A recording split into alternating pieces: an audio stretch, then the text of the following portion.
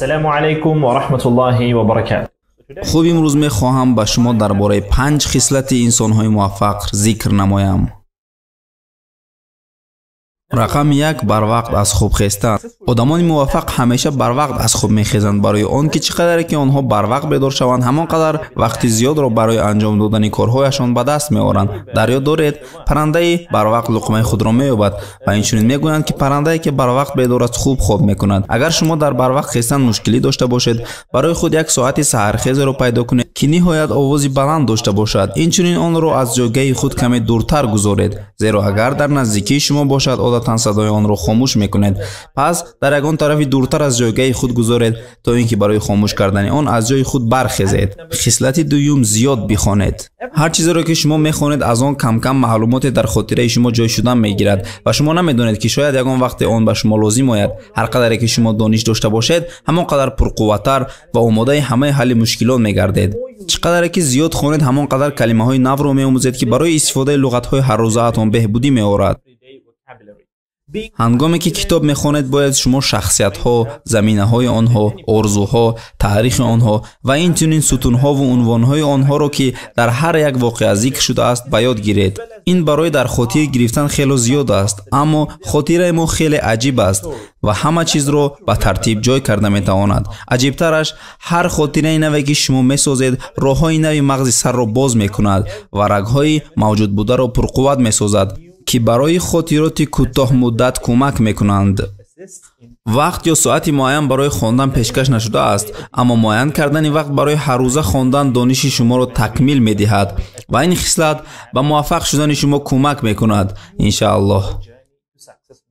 خصلت سوم سلامتی خود را در مد اول گذارید. رفتارهای سالم مثل خوب خوردن و ورزش و از موادهای ضررناک پرهیز کردن به مورد است. اما بار شما فکر کردید که چرا این عملها را تطبیق میکنید؟ رفتار سالم این خصلت می باشد که برای جسد، عقل و احساسات شما فایده میرساند. این خصلت ها سلامتی شما را بهتر میسازد و شما خود را خیلی خوب احساس میکنید. خصلت های سالم را تشویق دادن خیلی مشکل است، اما اگر شما قرار گرفتید و با یک نیروی قوی خواستید که سلامتی خود را بهتر سازید، نابسته از سال، جنس یا نیروی جسمانی تاثیر آن خیلی عالی است.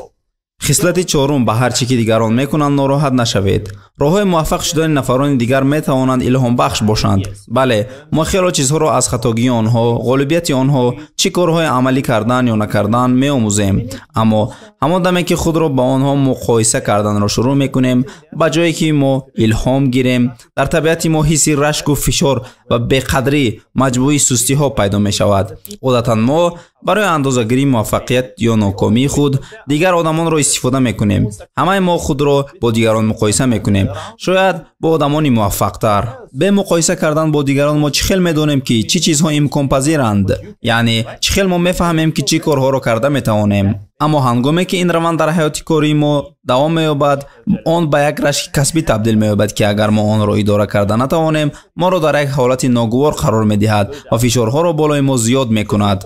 پس احساسات رشک را معین کردن ضرور است، زیرا وقت و نیرویی که برای مشغول کردن خود با کارهای دیگران می رود باید برای بنیاد شغل و آینده خود ما صرف شود. انسان‌های موفق حس می‌کنند که راه آنها فرق کننده و مقایسه نشونده می باشد. به همین خاطر آنها برای خود سرمایه گذاری می‌کنند و همیشه به هدفهای خود دقت می‌دهند، مثل اسب دونده که تنها نظرش به یک خط نهایی است. خصلت پنجم، همیشه خود را آگاه سازید که وقت شما تمام شونده و محدود است. بنابراین شما میراث‌های را میمانید که شما را اصلا قهرمان میسازند. موفقیت راه‌هایی دارد که در یک وقت درس را میآموزید: تکمیل دادن و از نو کردن، تکمیل دادن و از نو کردن. انسان‌های موفق در حیات پیشرفتند و به پیش میروند با روبرو شدن با مشکلات و درس‌های در حیات. خوب این بود نوار امروزه. به همین گفته های بالا باید این 5 خصلت ها را استفاده بریم همچون محل آغاز، یعنی چیزی که شروع کنیم برای بنیاد نمودن موفقیت که در نظر داریم ان شاء الله.